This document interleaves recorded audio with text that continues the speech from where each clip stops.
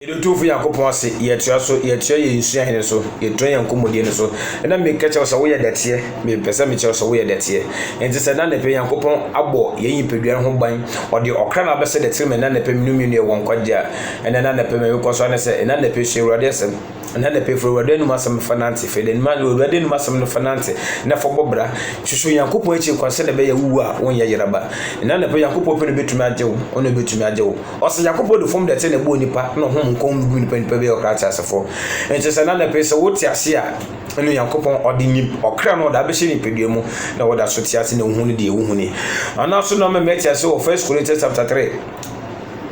1 Corinthians chapter 3 verse 16-17 ose munim se munyi pedua Yakopon so da nipa obesen bia me so ewade me so ba de mekuna chen enti se ni pedua na abrabo na pe de wodi ye bia Yakopon so be bisa wo de wodi ye bia abrabo wodi pedua bo asase so bia Yakopon so be bisa enti yen wade so ayi wadwe so bona wodi Yakopon hu ose ono onpo odibonyenyi ne ne wo opo odibonyenyi ne na dwe nsachira enti sa na pesa woti boni bim na okase so me de he yipedua ma me de me pedua me de ba ya de ni pedua no de ni pedua no wankasa wo de wo na wo boye ni pedua wankasa wo de enti de wo pedua wo de ba ya o fa ye se na waka no ose wo se nyi pedua na ye Yakopon asoro da na sa no so mese wo nti be kota che so wo se meka no ntia 1 Corinthians chapter 3 verse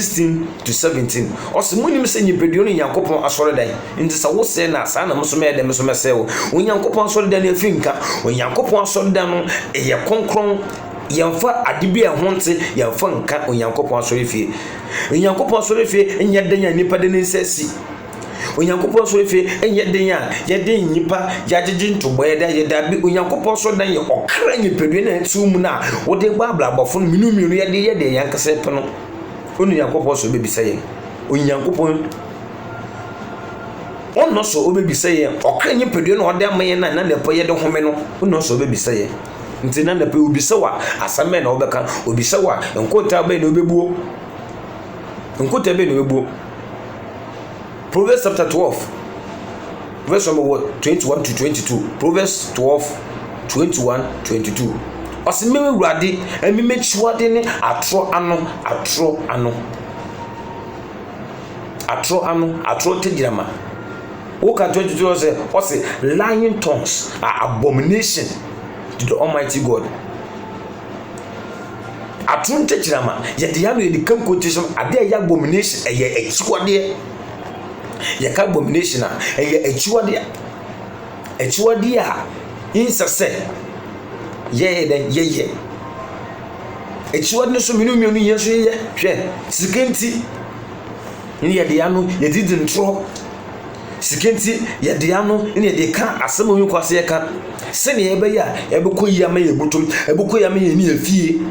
eboku ya maye ne yemba ene ebusua se de asase su ye betena se ye bedidi ye be sata papa yankoti ye butum se de be ye be hye pamini pemu sa ko wodu owosko nti ye de ntro ye de dada ye de nsisie ye de epobo ene ye de sisi nkrofo awasase we so ye pe yankoti ye mbotom ko a bible so se ye de tie ne so yamfa hwamba asase we so ye koso ye fa hwenko nti sisie ne ndada ne epobo na wo de bonkrofo no me pese wo ti ase ne se wo kwa obejani ne gu a wo mfa hwe emfa nko wo mfa hwe emfa nko nti de wo di sisi nkrofo ne epobo na wo bo no menua jai ne emboa wo de wo ye emboa wo emfa nko sihwe nsisie ne ndada ne kalebulu na wo di wo yipedua ne wo de bo no emfa nko sihwe emfa nko baby biara wana ofini ne yemba ye oba no kite siketire wana ofini ne yemba no oba no kite pen se medium ye manager se medium ye CEO se medium ye supervisor se medium ye me hwan se medium ye hwan obi ebo wan fo post no owusu oba abafo akwa emfa wo no post so wu eba abafo akwa emfa wo no post emfa wo no wotera bia emfa wo so wo sika emfa wo so wo ni sika emfa wo so wo yeni owu no so oba no oba abafo akwa osanyoma no owu no mfa ho emfa wo so wo ye MPP wo ye NDC ni wo ye CPP wo ye hwan no hwan wo ye hwan owu no emfa wo sanyoma owu no oba abafo akwa oba abafo akwa omu no wotente a wo ye omu no wo peyi na wo ye Omu no usika bia wo ye se me de nti dia homaso no dia hantan no na bra ho ase. Nyipedwe na bra bana wo de Yankopon so bebisa wo. Nyipedwe na bra bana wo de bo no o so bebisa wo. Atro techirama. Proverbs 12:21-22. Nti abraboya ye boy ya nua de bia ye de ka nsam oni kwase ye ken ye de ya no ye de afo bi no ama obi na dwuma sei. Ye de ya no afo bi no ama obi o de prison. Ye de ya no ano ntejame ya de enumi ye tumi de forge asem bi na de akwatua bi na obi ni sika no kwase kono na babedi yen sai na aye den minia na aye den wo yesa na aye den wo yesa na aye den wo yesa na aye den wo yesa sisi no bo san apu na aye den na akwakosi hefa aso de bekwa na bibisa aso de bekwa na aso de bekwa Proverbs 12:21 osi enumi entina osi ni fie da enumi ntroti ni fie enumi entroti ni fie da musu bi ho so bebo osi ni so no dra Proverbs 12:21-22 osi enumi entina osi ni fie no obonofo de John solutim ye no yo udifo de but wo se he undi awudi samna on si de bio hawo ne amane na ba no so Bible say Proverbs chapter 12:21-22 no say enumi ensra oti ni nifi da enumi say ye hawo say amane say ye onya say ye den o say ensra oti ni nifi da no wudifo de joyo odibonye nyinu yo wudifo de oso no de ohaw ne amane nkwa na de bia baba no so ohaw ne amane nkwa na baba no so verse 22 us lying lips are abomination to the Lord, but those who act faithfulness lying tips yanu ye di sisin kofi yanu ye di gbapoi yanu ye di ndada nkofoi yanu ye di frankofo hu ne yanko okoso eye ne ya odna no ba fa no han wase no na aye den minia na aye den osi musu entina oti ni fida no bonofo de ohaw ne amane ne de bia baba no so na wa wode wanu edidi konkonsa wode wanu didi atro Bible say ayagomye se Yankopon ati wode enti so wo ye ne se Yankopon mpra wa wo ye ne se Yankopon hwe wusuma man kasa wo